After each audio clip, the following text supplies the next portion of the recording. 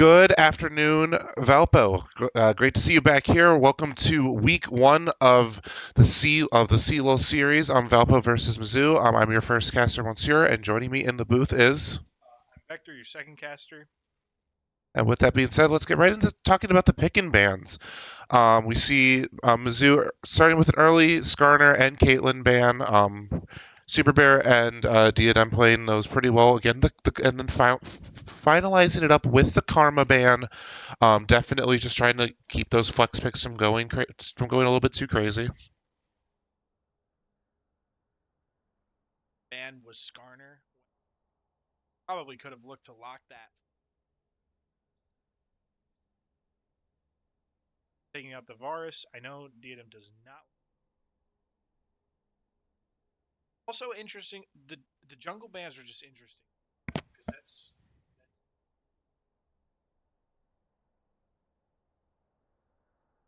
how the rest of the draft plays out. I definitely have to agree again. Oh, we are gonna see that the Ashe does go through. Ashe has been an extremely strong champion. In all, especially a lot of season 14, we saw her very pretty much almost consistently either picked or banned, by both Valpo and their various opponents. Again, just a slow and wave clear, and then the conditional engage on the alt. Just a really strong champion. We're gonna see how Diadem is gonna we're gonna see how Diadem's responding to that. And we're gonna see the Tristana here. Relatively good pick.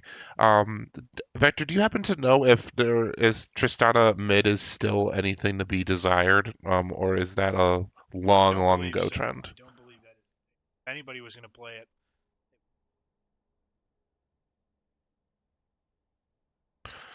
And as I was gonna say, thank you for letting me know.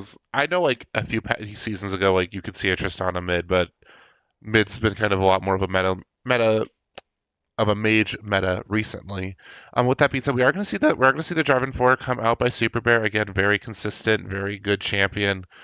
Good engage, good knockups, good CC. Jarvan is a really good looking pick when one of their carries is Ashe because Ashe is super immobile. Nothing she has that can get out of the way of your flag. Um, get out of your ult except for Flash. So if you know her Flash is down, Ashe is super vulnerable to Jarvan. Sejuani coming out from.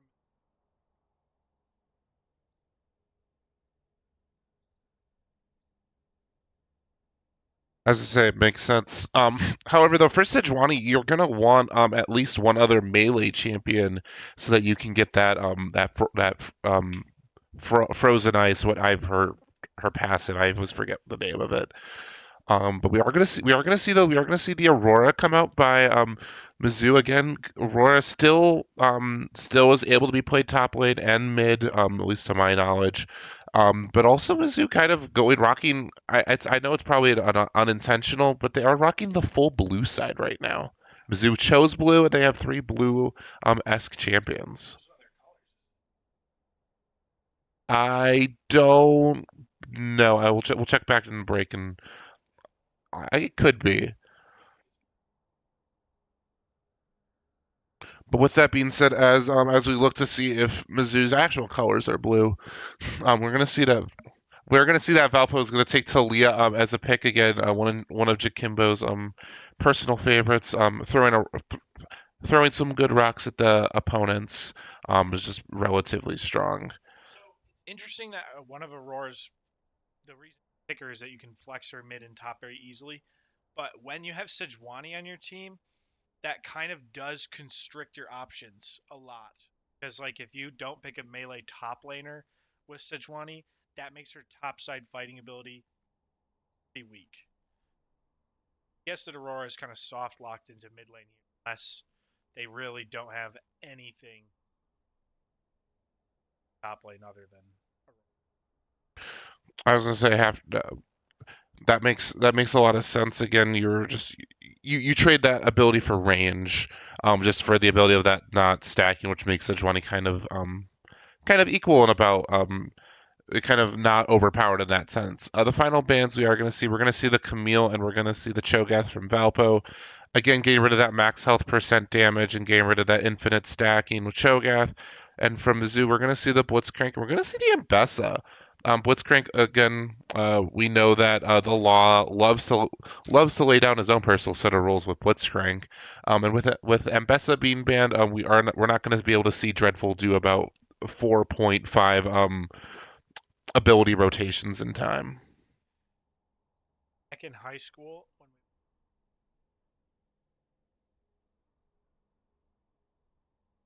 bot lane jungle and pull the buff at the time they'd be finishing it and smite. That was that was his signature move. But we do see the Lulu come out too, and right now it kind of sucks to be Sejuani with this team. No way. Okay, I thought they were gonna pick Gnar. Yeah, not give Sejuani any of those Yeah, extra stacks. Renekton is a very good 2v2 with Sejuani. Very, very dangerous early game in the top lane. I do like that pick, but again, you only have one other friend to stack your passive as Sejuani, which always.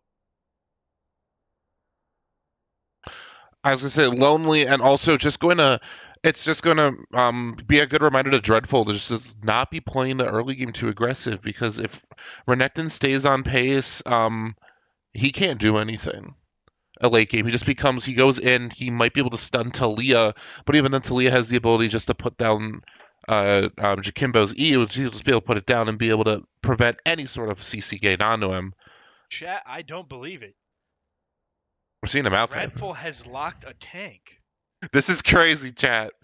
This is crazy. In all my years here in this program, which I'm my 8th semester as part of this program, I believe I've seen Dreadful pick a tank 3 times, this being one of them. Are you not counting Cassante as tank? Oh, that's true. No, I'm not counting Cassandra. He's a bruiser. That's a bruiser because you get the ability to do an absurd amount of Yeah, damage. you can one shot anybody in the game. Yeah, you tried them through a wall and you just chop them up like a piece of liver. But I think I saw him pick Ornn twice in his sophomore year. Now Maokai. We have a whole yeah. So Dreadful, I think, realizing that going offensive here is not going to be the move. Play safe, play with your saplings.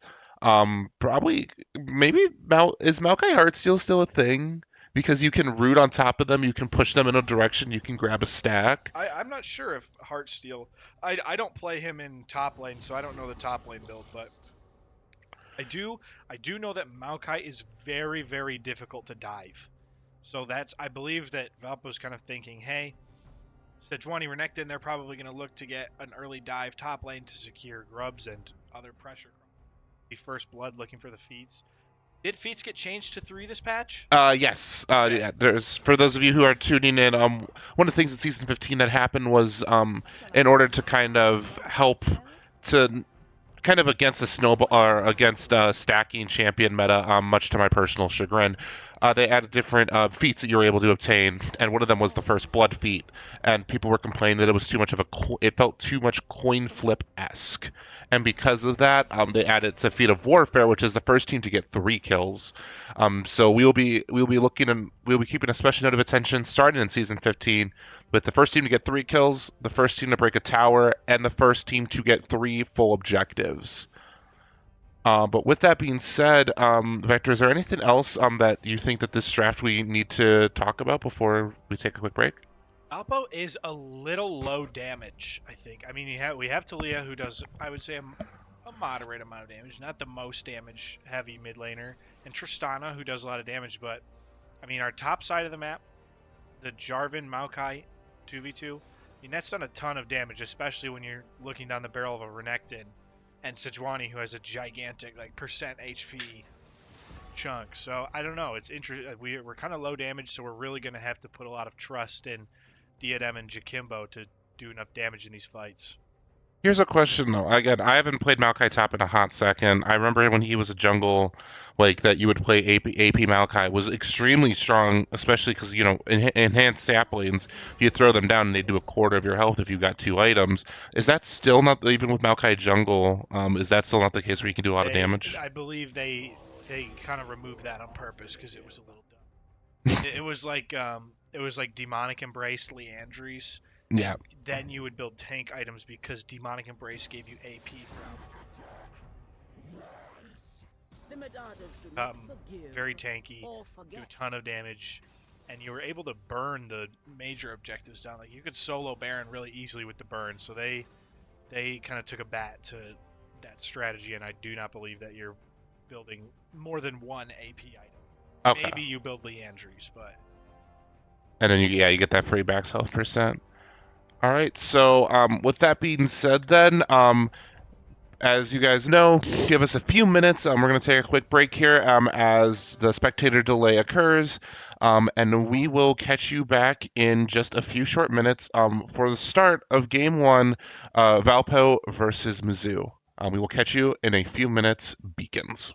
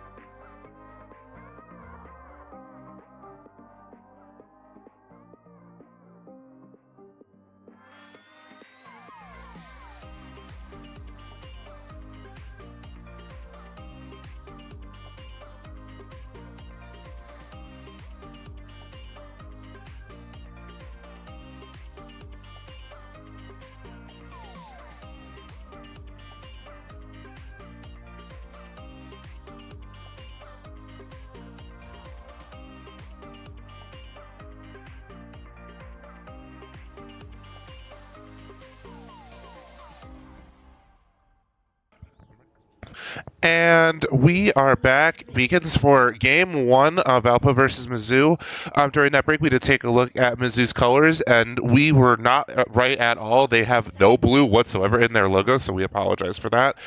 With that being said, we are going to see that Valpo is going to five-man stacking that's in the top, and with Mizzou taking just taking a regular five-man. They are going to get spotted by the Renekton, and it does look like that there's not going to be anything of note to commentate on here, as we are going to see Maokai back, and we're going to see some vision being dropped deep into the vision being dropped deep. But other than that, we're going to see the Law and DNM kind of specifically staying around for a little bit longer. Are we actually going to be seeing a possible lane swap by Valpo?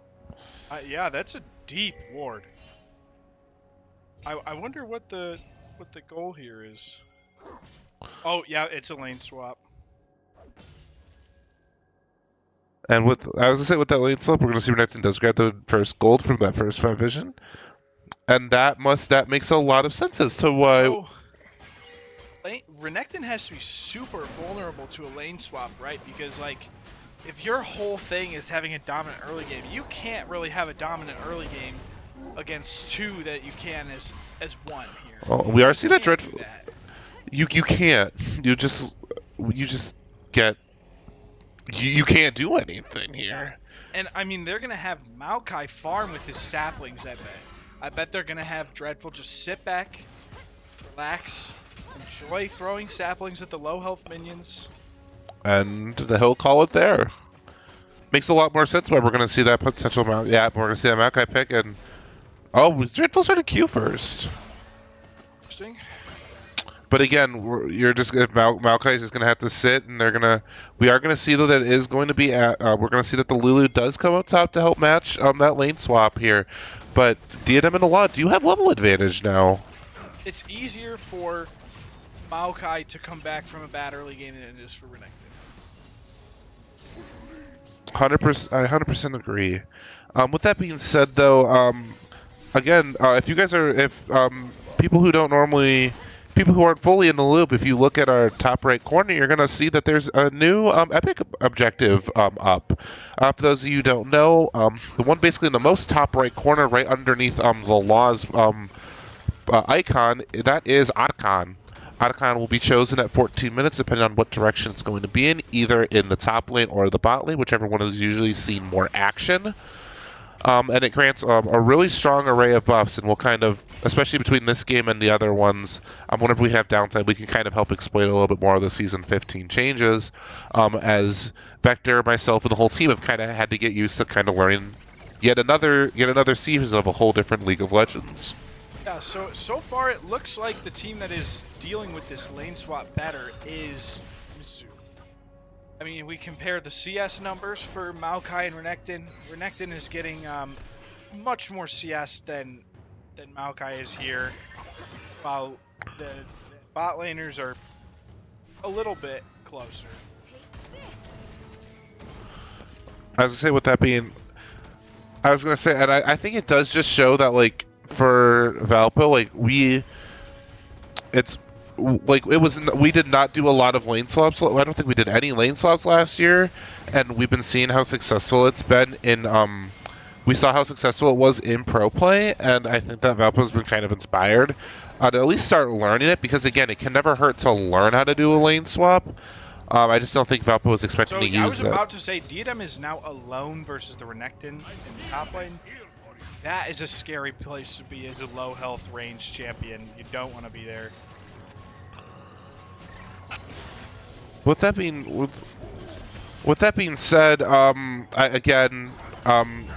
Maokai's slowly starting to get a little bit more CS, but again, Dreadful's down about 3 times the CS that he would normally be. And again, just making this win pretty impressive for Dreadful here. We are going to see, though, that Lulu is going to take a tower shot here. Dreadful is going to be able to obtain the cannon, and 2 tower shots do come out from finding on Lulu and Ash. They're just doing some extra damage. And other than that, we're seeing DDM playing extremely safe here. I mean, Renekton's got a lot of fury. That's a big, scary lizard. Yeah, and when he can double dash in and then keep the empowered W. It does so much damage. We are going to see the Jim Kimbo is low on mana, trying to see if he can at least catch that last wave. We are going to see backing. It does look like we're going to start seeing for a potential round of Void Grubs or Dragon. Since Valpo isn't playing as super strong in the top lane, I would assume this could be more of a Dragon or more of a Dragon play than. Oh, we are going to see Super Bear is going to stop the recall, forcing Aurora just to take a little bit of extra time to get back. What do you think we're going to see here, Vector? We're going to see a. I mean, it looks like Grubbies? this is going to be, based on the position of our jungler, it looks like we're going to be going for the grubs. And we have our bot lane there. It looks like there's going to be a bot lane, jungle 3v3, maybe the mid's coming up for some support. So it could be a 4v4 on grubs here. As I say, it does look like we're going to have exactly that. It's going to be a potential. It's currently a 3v3 right now I with believe potential. Sejuani is taking the grubs right now. It looks like Yeah, she I believe she is taking the grubs. Yep. So if Valpo can even get one of these grubs, that makes it not count for feats. But it does look like Valpo might just. It looks like we're just giving this and running to Dragon. Which it's not necessarily a bad play. We are going to see though that's now going to be Dreadful. Dreadful and Dreadful and Maokai, they're the same person. Dreadful and the Renekton fighting now, kind of finally going back to a regular lane, except you just trade the direction of which it normally is. Oh, I think Renekton was creeping up on Super Rare for a second, but turned around.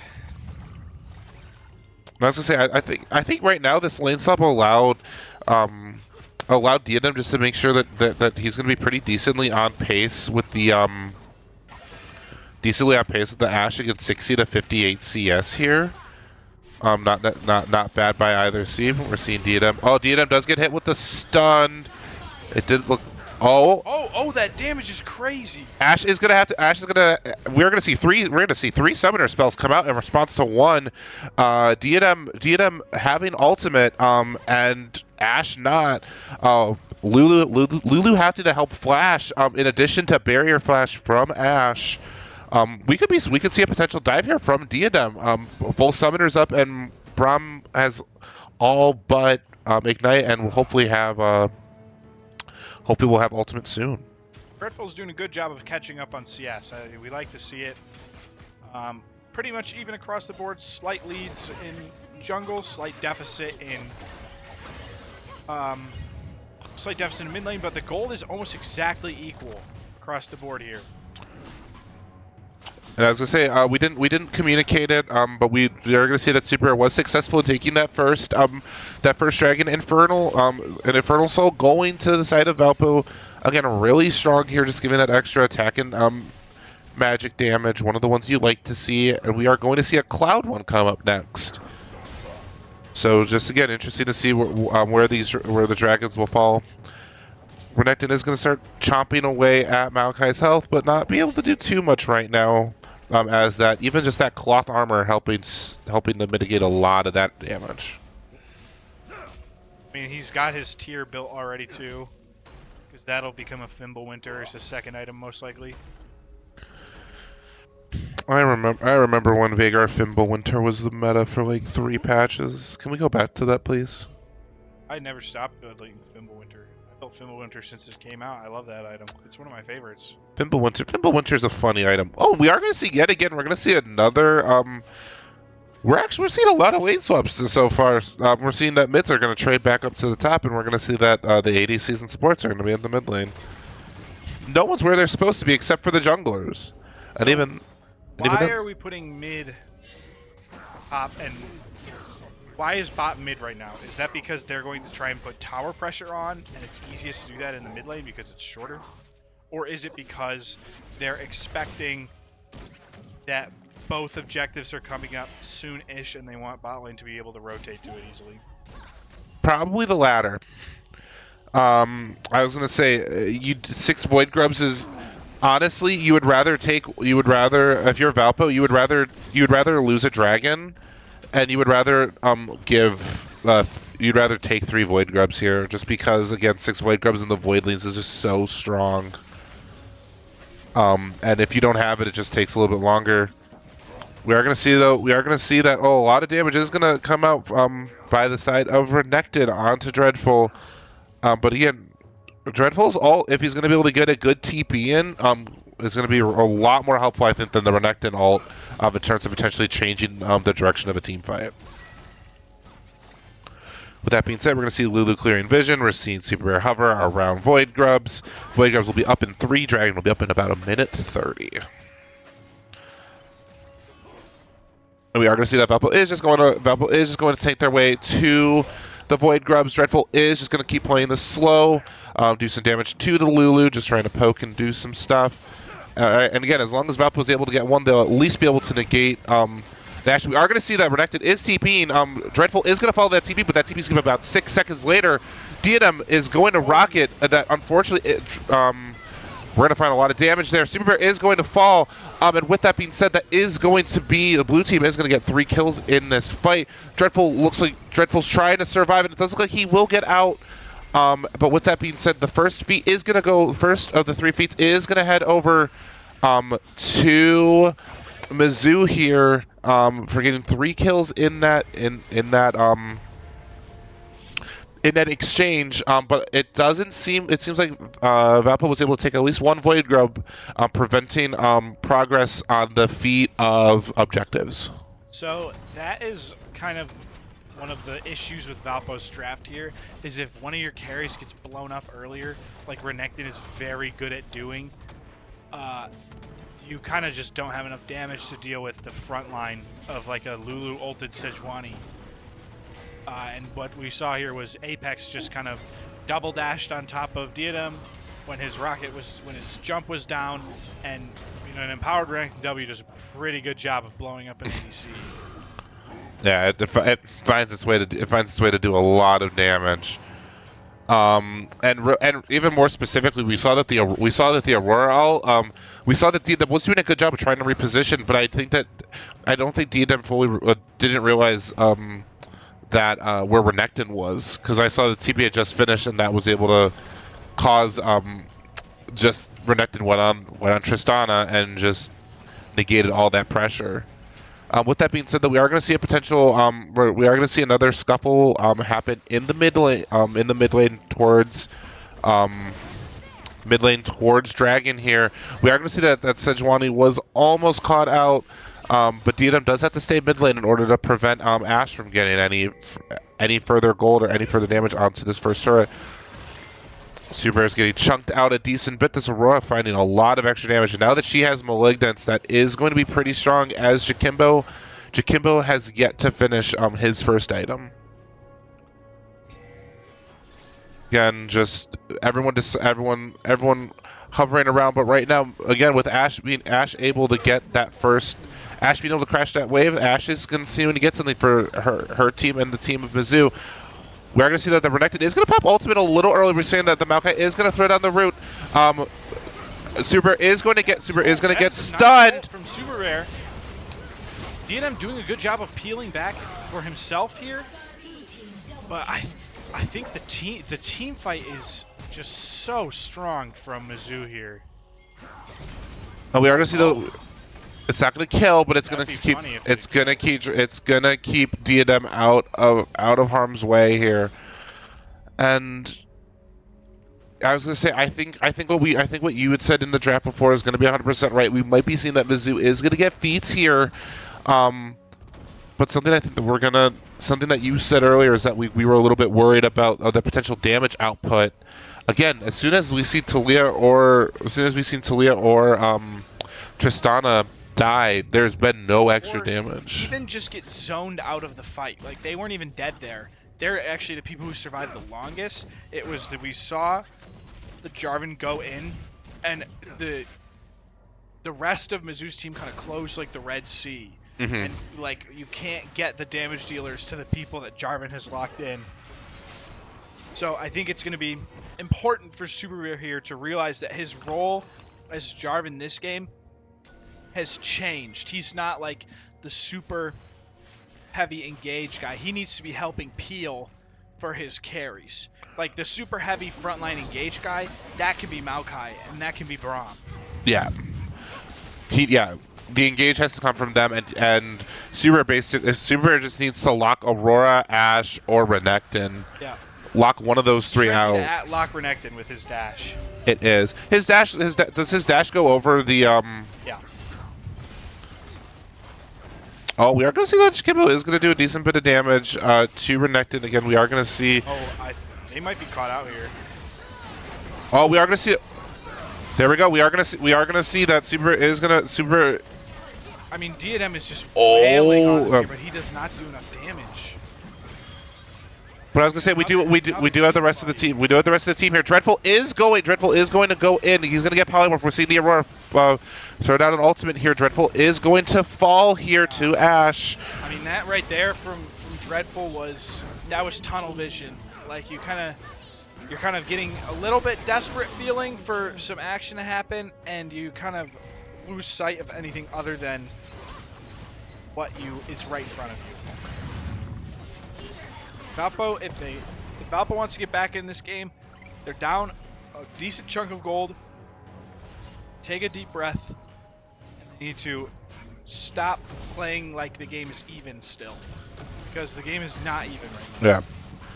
Yeah, I think we've seen we've seen a few times that we've seen Mizzou that's been like that they've kind of been overextended slightly or been in a position where they're not supposed to be, and we don't see Valpo engage on those. We're seeing Valpo choose to engage like in even team fights, and Valpo, unfortunately, with the way that this current fight has gone, you can't engage in an equal team fight. You got to wait for someone to overextend, to be a little bit out of place, and then when they're out of place is when you're able to get a lot of work done. But just because of that, Valpo needs to take a breath, realize that if there's pressure, they can't take an objective in the top side. What can we do to create pressure on the other side of the map? You hear us talk about it a lot in the booth, and being honest, it's a lot easier looking at it when you're at a third person perspective, looking at this game, looking at no fog of war. You understand what's up next. I'm curious about Sejuani's item choice here. That's Randuin's Omen, right? That's Zeke's Convergence, but that's still one where you choose. That's still one where you choose an ally, right? No, I believe Zeke's, when you use your ultimate, it creates a storm around. Yeah, it's a storm. Oh. Which is not. That's really nice. That's really smart on Sejuani. I might have to try that. And we are gonna see the full buy into the locket. I was gonna say now that Vector's out of retirement, and back in the plane here, you get to see some fun. We get to see some fun things too. Unfortunately, a not fun thing is seeing an Ashe almost with 2 items completed. Yeah. Before 20 minutes. Yeah. And the super boots. Yeah, enhanced boots are just scary. Again, we are going to see we're going to see a 4v4 here, but again, Valpo just doesn't have the ability. There's the gold lead is not there, especially that you see Jackimbo with Seraph's a needed item on Talia, but it doesn't give you as much damage as another offensive one. You need to wait for a second item, a Shadow Flame, or something else that Jackimbo would be able to tell us instantly, to be able to find whatever that item would be to do it. What? I was gonna say we are gonna see a 3v2 here, and this is what Valpo needs to look for. Yeah, Valpo needs to get this Lulu. Oh, we are gonna see the Sejuani the Sejuani is just gonna be able to negate all that. I can tell there's a little bit of a communication breakdown happening in the Valpo Discord chat right now, because, I mean, Super Bear had Lulu alone in his ult, but the team is not shooting Lulu first. Like, Yeah. if the team killed Lulu there, Sejuani doesn't get the Lulu ult after Diadem jumps in. Yeah, and no. Oh, we are gonna. Oh, and Jacimbo's gonna. Jacimbo is gonna find the shutdown on Aurora. It's gonna be a decent bit of gold into Jacimbo's pockets here, and again, Jacimbo is gonna trust his team to be able to push those waves out, as it looks like he is going to trade top tower. That's what we need to see a lot more of what Valpo's doing, trading. They have pressure. Jacimbo has no mana, but he knows that everyone else is showing on map. He has no worry about it, and that is going to be objective bounty gold to the side of Valpo, helping to get the lead, helping to start closing that gap. Again, it's never over until the Nexus is broken, and in fact, League or Riot decided to change that, make that even more apparent by if Nexus turrets get destroyed within 5 minutes, they will respawn. But with that being said, we are going to see that Dragon is up. Valpo is in no good position to really be able to take this. We are going to see a potential 5v4 here. They are going to be on Otacon, and as something we've learned a lot by just in various team practices is you do not turn off Otacon. You need to finish it because the amount of magic and armor resistance that you get is going to be immense. This could be the opportunity for Valpo. We are going to see though that Sejuani is losing all of her armor right now. This dive onto her and Super Bear's ability to be able to get on and get that Otacon is exactly what he needs. We're going to see the Maokai ult. Otacon's at about 3.5k. Apex is in the corner, going to land a decent knock up here. And we're just going to see that Dreadful is going to fall, and we're going to see that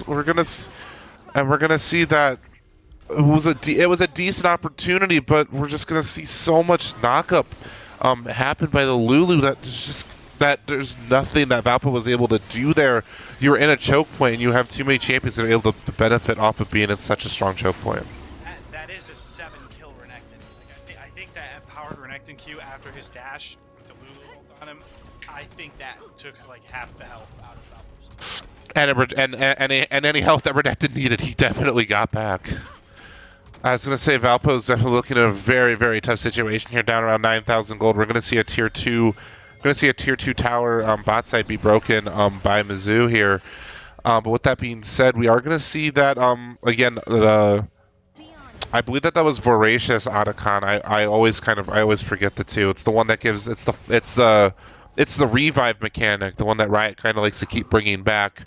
First you have Chemtech Soul, then they take that away, then you give that into the Renata Glass. Jakimo's got to be careful here, making sure that he doesn't get caught up by the Renekton here. And so now for the next 90 seconds, and Asher is going to find Jakimbo, and Jakimbo is just going to fall. The whole time. That's kind of a perfectly executed dive. And again, if Ashall would have missed it, it would have been aggravating for Mizzou, but they would have just been able to live with it. But we're just going to see that they are going to just four-man inhibitor turret, and they are going to be looking to do some pretty significant damage to Valpo's base here. Going to at least try to take the inhibitor, if not a Nexus turret. Maybe right now I don't think they have enough to end the game. If they get a good fight here, all they're down is Ashol, which is halfway up again. This could be it for Valpo if they stumble. We are going to see that. And we're gonna see a lot of damage go out. We're gonna see that Aurora's gonna be low, but Aurora's not gonna fall. Aurora's gonna use her ultimate to try to help do some extra damage to the team. We are gonna see the withdraw from the Aurora again, not counting towards a kill, but just giving some extra gold here. Renekton low. Renekton's also gonna be a force withdraw from him as well. We're seeing the Aurora TP back in. Again, not preventing a lot of time. We're seeing it again. Now we're seeing the Renekton TP. Ash is gonna kill here.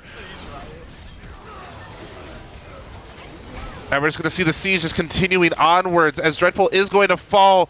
Aurora is going to survive at the little bit of HP. Jakimbo's getting fountain healing, but it's not going to be enough. He's going to get another kill, but it was the end of the withdraw. But it's not going to be enough as Mizzou is going to be able to close this game out in just, unfortunately, under 24 minutes. And leading to Valpo's first match loss. Again, there is still the second and third game of the series here, but Vector, what'd you think of that game? Well, I mean, first of all, that is a really good demonstration of the power of Otacon there. For Valpo to actually pull off kills on two of them to immediately come and teleport back into the base, that right there is why Otacon is so powerful. But I mean, I think Valpo just needs to think there. They could definitely have benefited from just taking a second, calming down. I think very early, it was a great start. I think really early, we had invades going off in the jungle. We had pressure in the lanes. I think they just started slipping and didn't do enough to stem the bleeding. I was going to say, and I know that Valpo's there's been practice of these lane swaps, and it's such a big deal, but there might, if we saw that Dreadful went for kind of a bruiser instead, it could have maybe been a lot more of a even match in the top lane, and it wouldn't have been as comfortable for Mizzou to switch, because it seems like Mizzou seemed almost to be the one to initiate it, and then Valpo kind of followed suit, especially because they rushed that 5-man stack at the start. But with game two on the horizon, what do we think we're going to need to see from Valpo in order to see to see what we would want to see a reverse sweep here? Better communications, I would say, is the number one thing is better communications and go. As I say, I have to agree. Again, just communicating your target and focusing the prio of who you need to choose, and whoever's making those choices, that you follow through with whatever anyone says.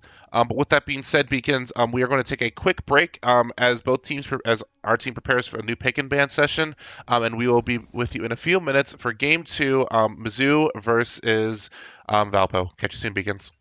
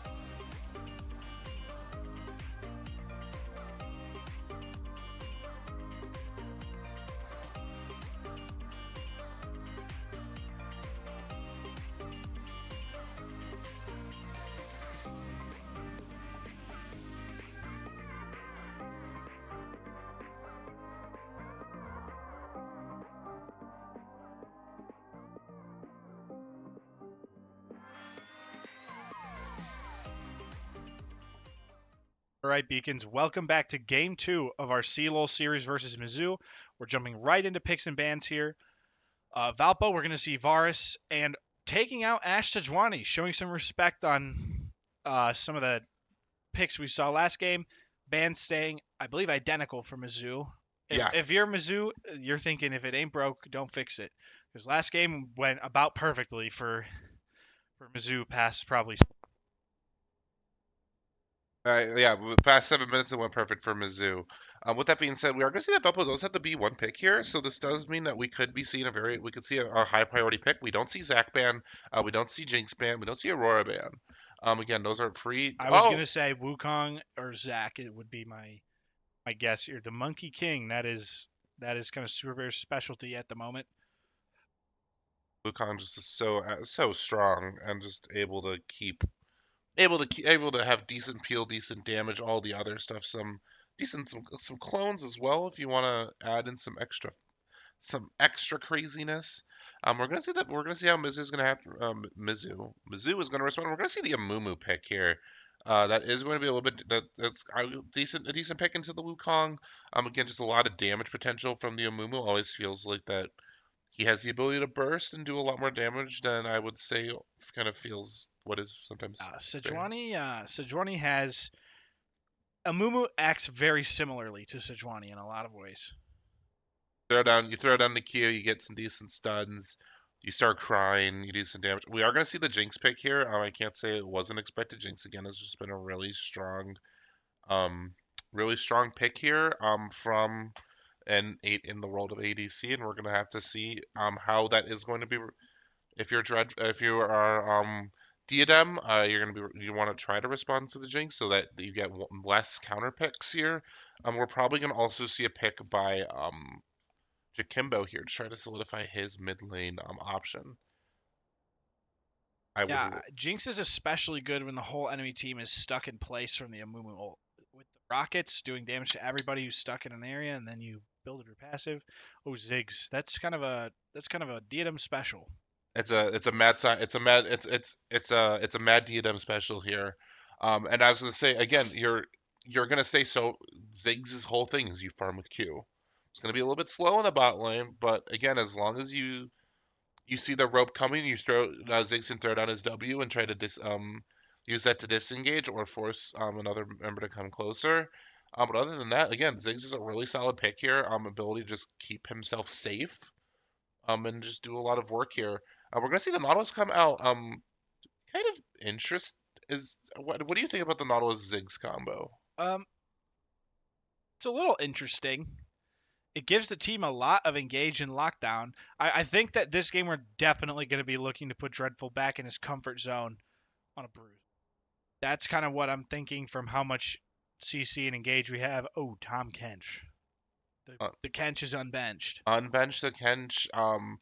As we are gonna see, we do see though that Kench is still decent at the top lane and the support, so decent flex pick here. Seeing a problem here. Damage. How do we ever kill Amumu and Tom Kench? Like we need a tank busting top laner or mid laner. Like dedicated tank busting. If a Gwen here would go Yeah, we crazy, need like Gwen. and we're But gonna we already have so, AP damage from bot lane. Will be and I was gonna say stuck. we're a little stuck in the Maybe mud. Camille. Maybe Camille. Guys, Oppo? Valpo's gonna ban Camille here. That's not what I meant. That's not what I meant. You said we wanted to see a Camille here. I think they heard you, That's not and what I meant. Valpo heard you, and they were like, "Oh, we hear Vector saying that we should choose Camille." You said it about 25 seconds in the booth too soon here. We are gonna see the Syndra go through from Mizzou here again. Syndra also saw a lot of lockdown all of season 14. We're gonna see. Okay, Victor, that's a lot of damage. Does Victor bust tanks though? Does he have like magic armor resist shred? I don't think it's built into his kit, but it's also the arcane buff. Yeah, true. That's true. And unlike my teammates that I fight, Jakimbo's Victor is actually good. And Victor was banned last game, correct? I want to say it was. I think so. Well, With that, it wouldn't have been on second rotation because we picked Talia. I don't. Maybe it wasn't. Or no. I think they swapped the. They maybe I'm did. confused. Maybe we banned Victor. We might have banned Victor. It's not a bad ban. But we need to see some sort of like actual tank busting. I mean, I wish we had. We don't even know. No, nobody knows. Nobody knows. Kasante. um, I think we're kind of banking. I think on this being a Tom Kench support, not a Tom Kench Yeah, top lane. I don't know. I think we do think it is a Tom Kench top lane, but now like There's our damage against them. now our bot if it is Tom Kench support, our bot lane never kills that in a 3v3. Oh nar. Interesting picks here. All right, Victor. I'm gonna let you lead this off. I think the word interesting for this draft rings Yeah, true this to my this head a draft lot. is interesting. I think Valpo has all comfort picks. I will say that is the strength here. All these champions that Valpo has picked are champions, are players who put many, many, many games into. So we have that going for us. Sometimes it's better to play what you know instead of what's good. That's always advice I've heard, and not what's the best thing. It's like you play what you know, what you're an expert in, and sometimes that's better than the matchup. Yeah, but yeah, choose comfort over meta. Yeah. So when I choose the 35% jungle Yumi, um, maybe not that far. Maybe not Not that far that of a far. comfort pick. I mean, that's not even a I, comfort I pick. wouldn't be comfortable playing jungle Yumi. Come on, Vector. It has to be. It has to be. I've It I've has to be a played it little fun. before. I played it before the rework actually. I think I did games and won 3 of them. Um, OP Yumi, it please was do. it was pretty unbearable before level 6, but yeah, I do like that we certainly have the ability to lock people in place for Ziggs and Victor to do a bunch of damage. I do think that the way we will struggle this game is when the tankier people on Zoo's team just build 3 MR items first, Hmm. like Spirit Visage boots, Force of Nature. Like Yeah, it's going to be really difficult for Valpo to kill them. But if even anybody Jack can do it, shows. it's my teammates. So I believe. I again, Valpo doesn't steer us along. There's a reason why we're always competitive. It's gonna be very interesting to see again just these final picks, just to see how this final engage does happen. I'm really interested to see the Vict as always. All the lanes are always interesting to look out for when you're watching a Valpo game. But just a good various amount of damage, and Casante will be able to do a lot of that tank busting damage when he's Yeah. in his all out form, and also forcing a tank. If you trade Casante and you like take like Tom Kench, or especially if he's able to take a Mumu away before he ults, that a 4v4 with Valpo can bust down Yeah. Jinx and a Valpo Tom can Kench bust pretty easy. down. All right. With that, we're gonna take a quick break, and we'll be back in a couple minutes with the start of the game. Catch you soon, Beacons.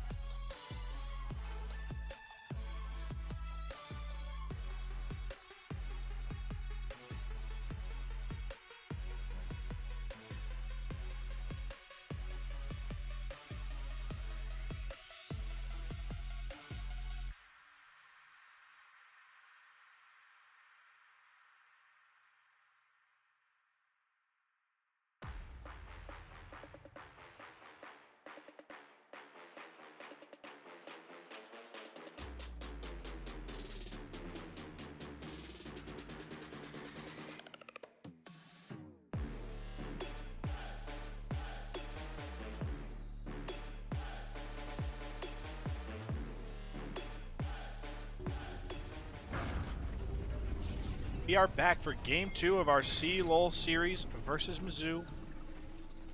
And with that being said, as we are going to see, that bot lane is going to start, or we're going to see a full 5-man stack in the bot lane.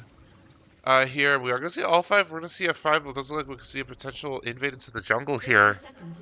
Valpo does have to be careful here now, as all 5 members are in. All 5 members are in Valpo's jungle, so just both sides have everyone missing. We're seeing some communication come out. Lovely on both sides. Oh, Nara's gonna go to top lane, and we are gonna see the Cassante. And it does just look like that they're gonna. Oh, kind of weird from Mizzou that we're not gonna see any vision being dropped into Super's jungle. I'm not complaining per se, but just a little something interesting. Usually, whenever you invade, the invade is kind of consistent with dropping a ward. With that being said, just give us 1 second as we kind of just get some things going. Just accidentally found out we could put this in slow motion. I was gonna say we love slow motion. You know what? Especially when we're watching this, like we're watching people with their team fights at the end. We admire Jakimbo's skin next time it comes on screen. Arcane, He's rocking the Arcane Legendary skin here. Arcane Savior Victor. It's like mega spoilers. Oh, there he is. Got him. We get to enjoy a good. I feel like Echo. Well, I was gonna say like it's spoilers, but like.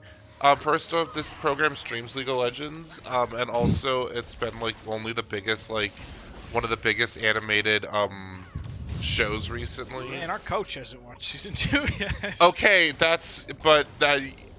we had the ban. There was a ban on Arcane until after what was that, Thanksgiving break. Everybody watching the stream, go watch Arcane. You don't need any knowledge of League of Legends. So wonderful. And I was gonna say, with that being said, if you guys are in chat, comment.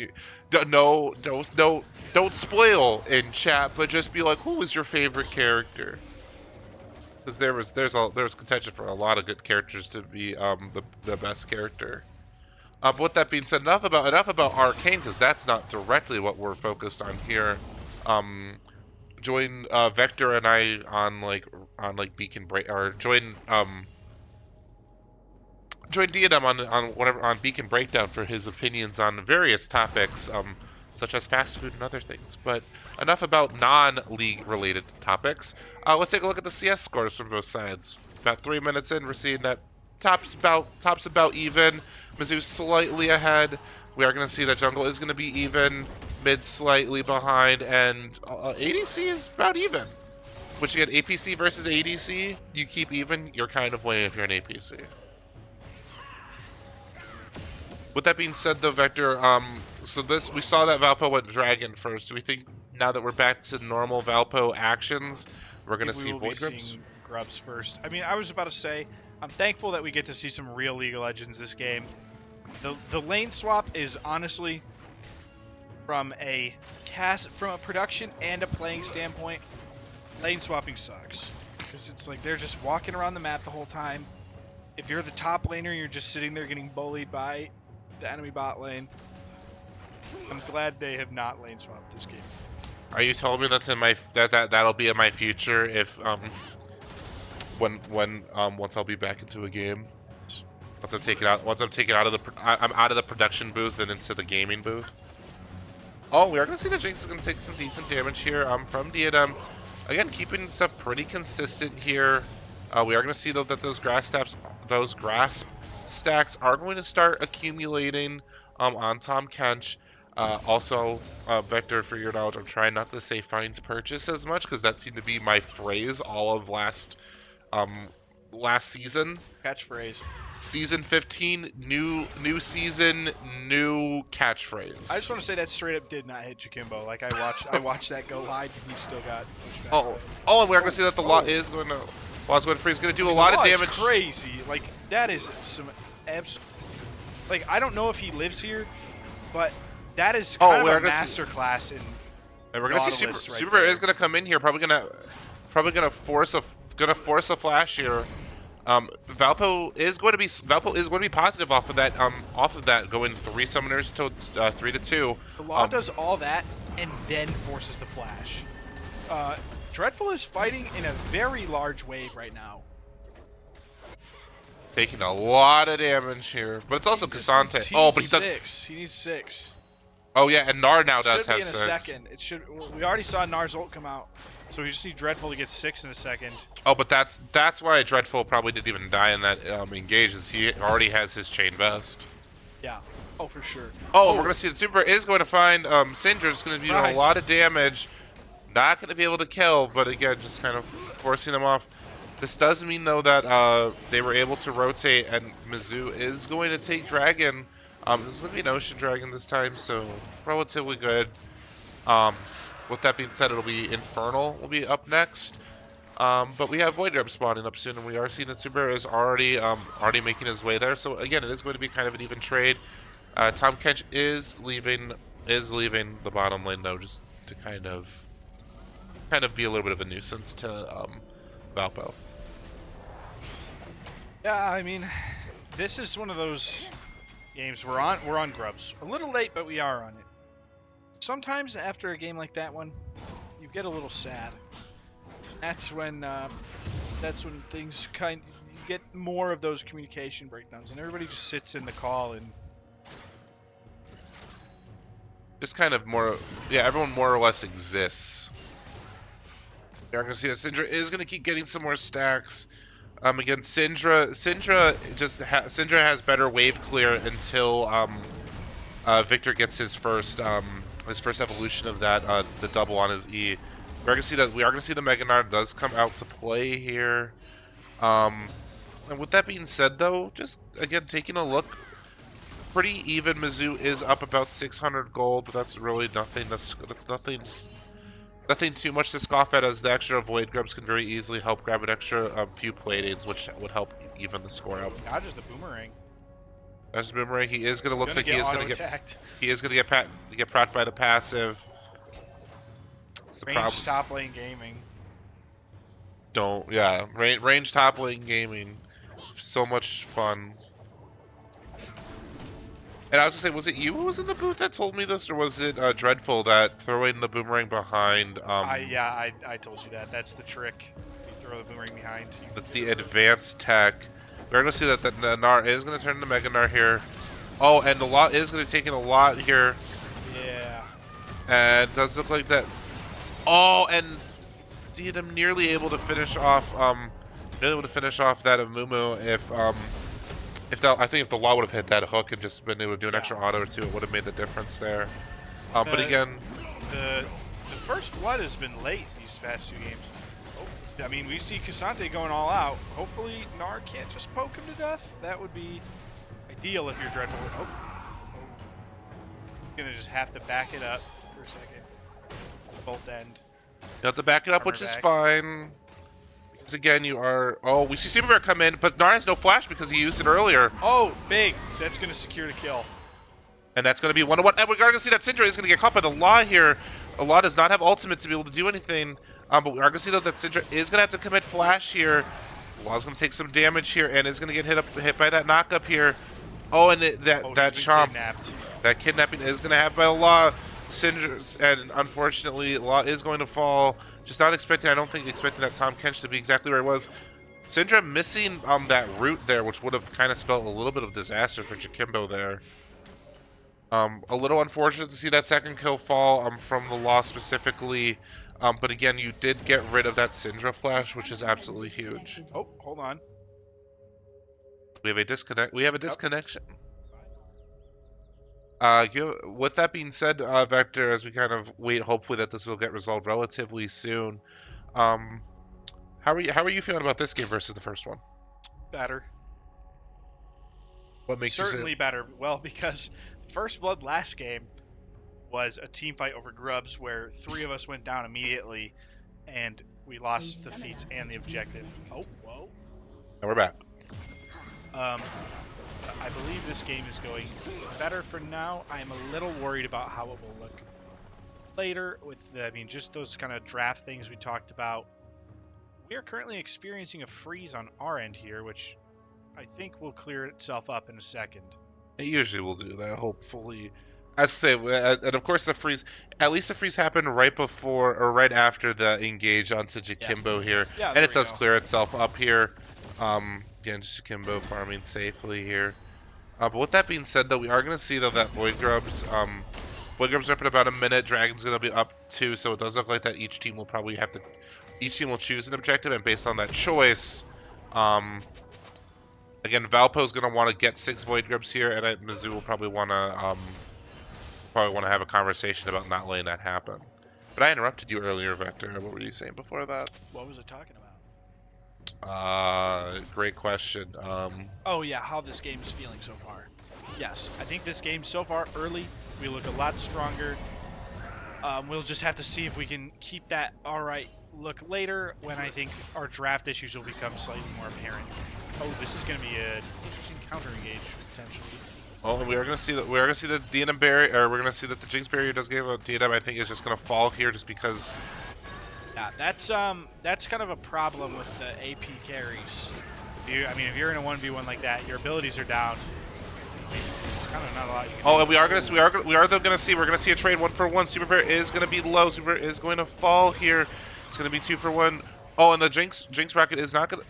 Jinx Rocket does actually end up hitting Dreadful there. Jinx is going to be able to get a plate in here, and those bombs are going to mean that DNM is going to take some extra damage here. Dreadful is starting to try to run a little bit of this, Gnar out of his lunch money, as you would like to say, Vector. Oh, nice. Just help beating him up a little bit. Gonna get that stun. Gonna get that rock. I think he's through. going to go all out in a second. I think so, or maybe even just be able to. Oh, we're just gonna see disengage, but that is the Gnar ult. And I'm sure Dreadful waited because he knew he had to jump up. Which good again.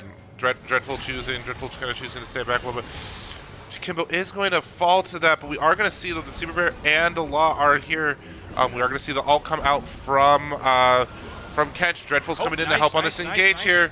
Super Bear is going to find the Syndra, and it's going to be a 3v2 here, but Super Bear does have to back up here. He's going to flash it.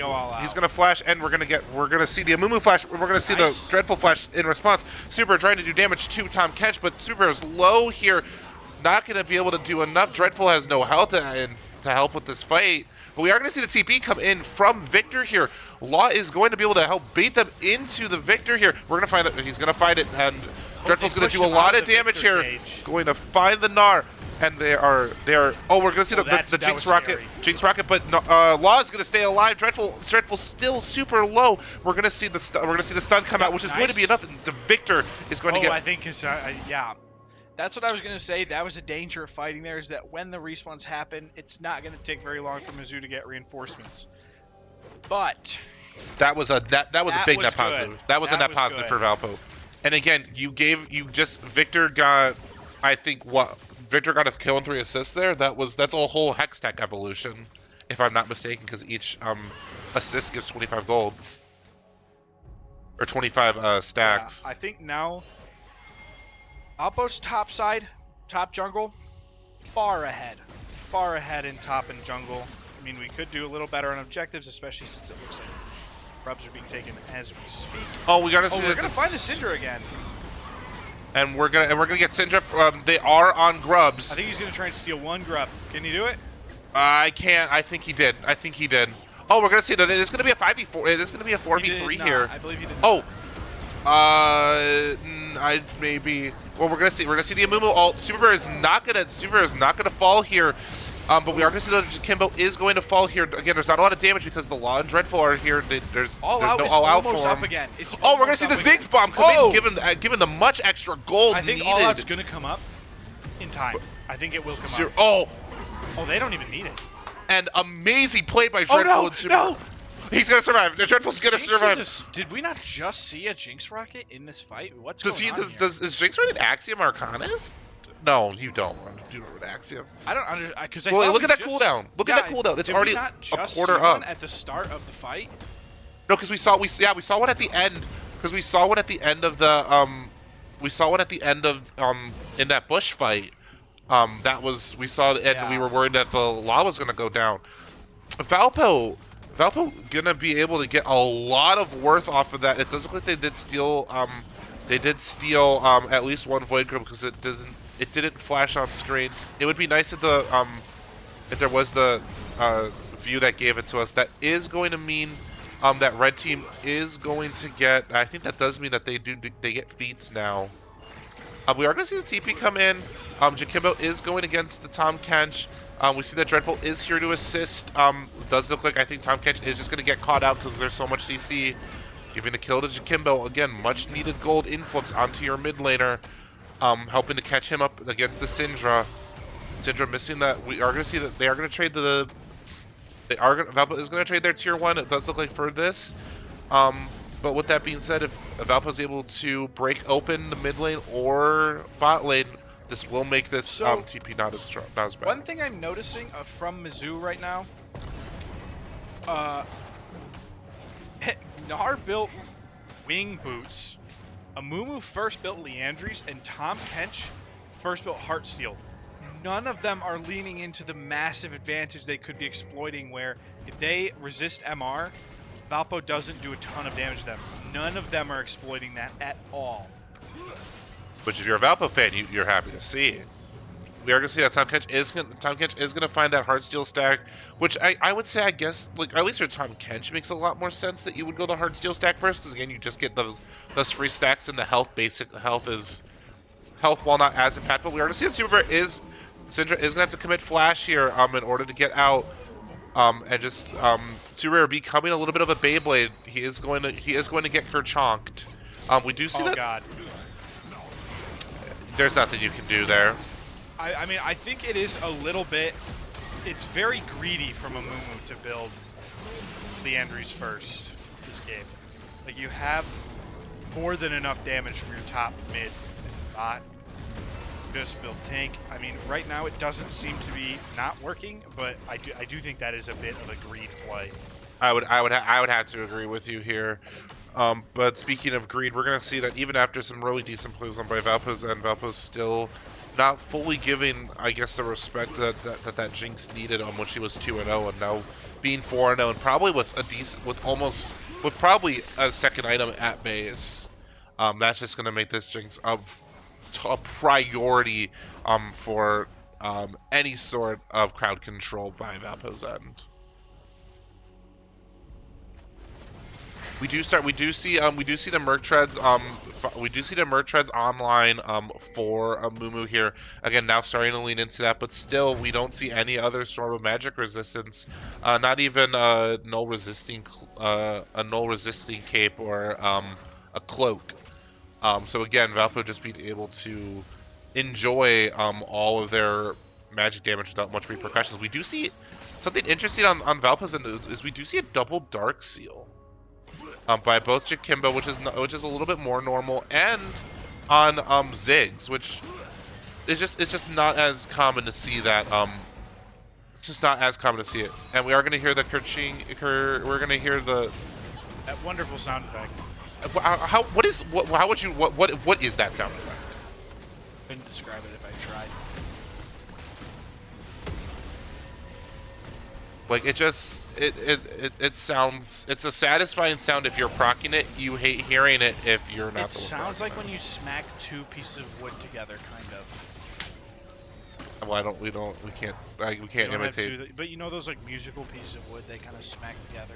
Oh yeah. Almost clapping noise. Yeah, I thought for a second you were saying just like if I grab like two random 2x4s, and I was like, I mean that's kind of what that is. Like that is kind of two random 2x4s. That with like a metallic ring to it. Like a good old spell it. Like a good old xylophone. Yeah. But music notes notwithstanding, as I'm doing a great job of getting us distracted from what actually matters, which is the good old classic League of Legends that we're all here to watch and talk about. Again, we're seeing that, especially compared to last game, Valpo not down nearly as much. No,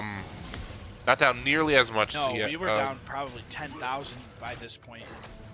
Now we're barely down 2, and we're seeing a lot of good pressure by both teams here. We are going to see though that Mizzou does look like that they are going to be preparing for their potent first to get to Soul Point. Again, they only have 2 up right now. With Hextech Gates being active on the map, this is just going to mean that, again, there is going to be more movement and faster times for all members of the team. We're going to see that Dreadful is going to take some damage from the Gnar, but Gnar is not, as long as Dreadful plays it safe, not enough damage for him to fully find, not enough damage to kill him. Now, I don't want to say that, and then something happens. Dreadful's going crazy, fighting a lot of turret damage. We're going to see that the Ziggs bomb is going to... I think looks that like just missed him. it either just missed him or he took the little bit of it. Good opportunity there by Ziggs. Good communication to ensure that, you know, to keep the pressure on the Gnar. But it does look like that Mizzou is going to take 3rd Dragon here and just kind of make it a lot more. It's gonna keep Valpo on their toes, especially for the next Dragon here. And I feel bad for the Law. I just saw as he hit the Q on like the very edge of the terrain here. The Law is gonna kind of bring Tahm Kench in a little bit. Valpo does have to be careful here as Amumu and Syndra are nearby, looking for a potential collapse onto that team fight. Dreadful's taking a lot of damage from Syndra there, about maybe 20% health just from one combo, and that's what can be so scary about a Syndra. She is 2 items. She does have sorcerers, but yeah, just being pretty scary. Jakimbo also now being careful for that Gnar himself. He's gonna try to walk it out.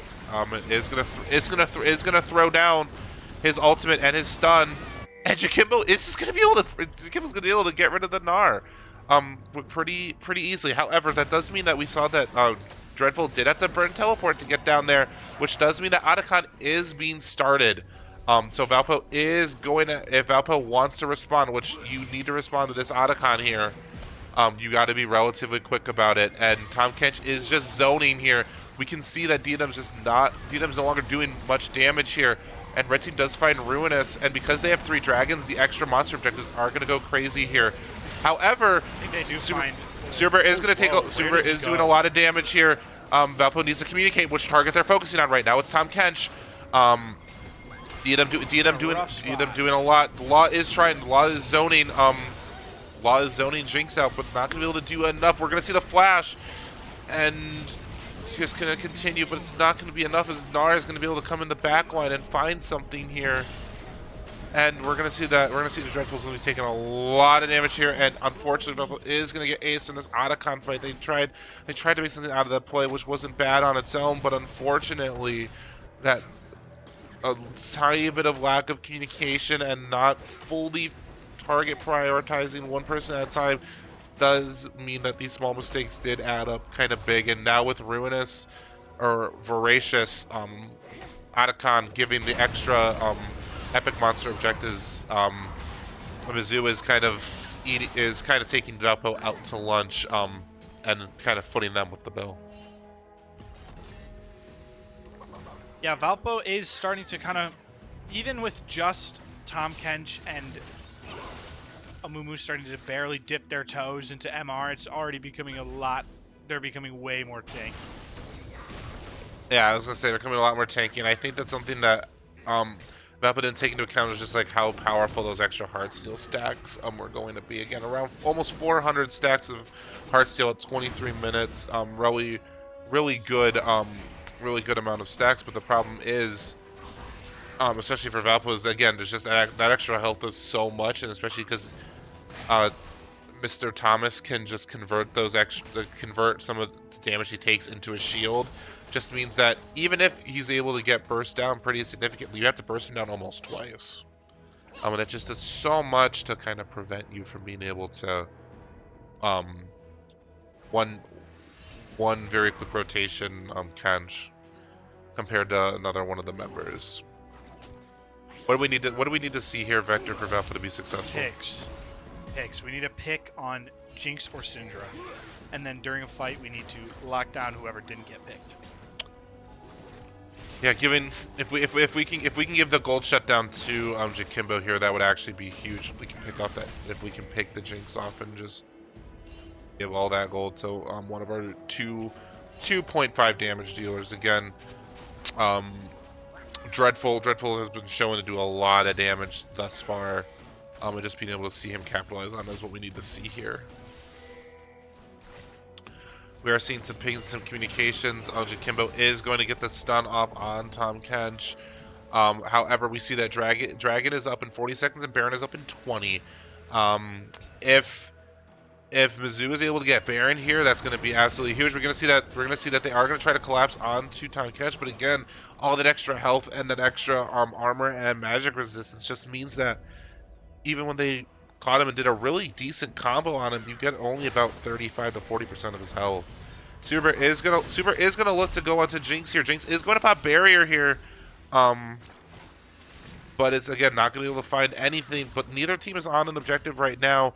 But Mizzou is slightly more situated to be able to go immediately for that Hextech Dragon and get that Hextech Soul.